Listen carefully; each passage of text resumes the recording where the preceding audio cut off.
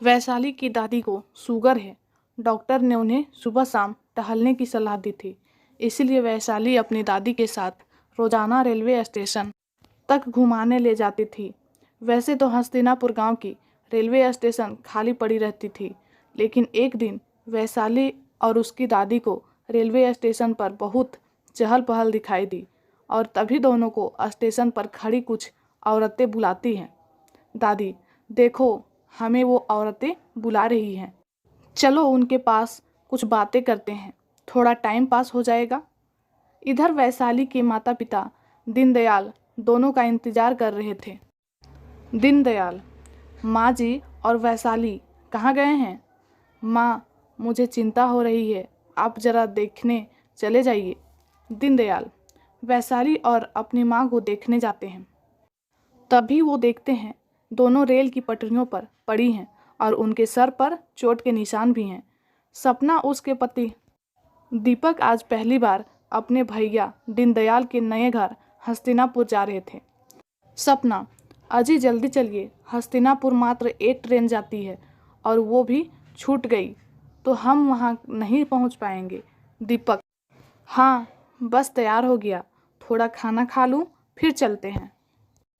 Train सपना और दीपक को रात के 11 बजे हस्तिनापुर स्टेशन पर उतराकर चली जाती है। तभी एक अजीब सा बूढ़ा आदमी, जिसका शक्ल डरावना सा है, वह चाय लिए उसके पास आता है और चाय के लिए पूछता है। सपना चाय के लिए मना कर देती है और दोनों कुछ और आगे बढ़ जाते हैं। अब एक औरत उसके पास आती है। औरत के चेहरे पर घाव के निशान होते हैं और पैर उल्टी थी। उसे देखते ही सपना और दीपक तेजी से दौड़ते हुए भागने लगते हैं। सपना और दीपक स्टेशन के बाहर निकल जाते हैं। सपना का भाई दीनदयाल वहाँ पर दोनों का इंतजार कर रहे होते हैं। दीनदयाल दोनों को लेकर घर आता है। तभी सपना और दीपक देखते हैं दीनदयाल की बेटी और माँ खटिया पर पड़े हुए हैं। उनके शरीर पर कई जगहों पट्टी लगी हुई है। सपना, हमारे साथ भी स्टेशन पर कुछ अजीब घटनाएं हुई। जो भी मिला वह अंग्रेज साहब कह रहा था। दीपक, क्यों न हम गांव के किसी बुजुर्ग के पास जाकर उस स्टेशन के बारे में पूछताछ करें। दीपक, सपना, दीनदयाल तीनों गांव के सबसे बुजुर्ग व्यक्ति चुन्नी लाल काका के पास जाते हैं। चुन्नी लाल, ये घटना इतिहास में दर्ज है। मेरे जैसा कुछ गिने चुने ही जाने जाते हैं। दीनदयाल, तुम्हारे दादा ठाकुर भीम सिंह अंग्रेज़ों के बंगलों पर नौकरी करते थे। आज़ादी की लड़ाई चल रही थी।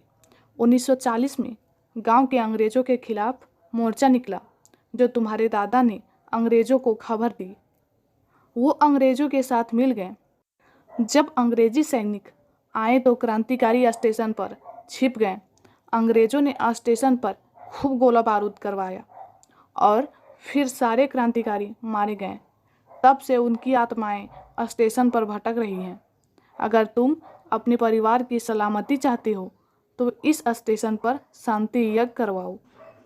दीनदयाल गांव के लोगों को बुलाकर घोषणा करता है। दीनदयाल, मैं अपनी ज़मीन गांव में एक म्यूजियम बनवाने के लिए दान करता हूं। इस म्यूजियम में उन सभी क्रांतिकारियों की स्मारक बनेगी जो 1940 में इस स्टेशन पर मारे गए थे। दीनदयाल गांव में म्यूजियम बनवाता है और फिर स्टेशन पर शांति यज्ञ करवाता है और फिर उसके बाद से हस्तिनापुर पर डरावनी घटनाएं होना बंद हो जाती है।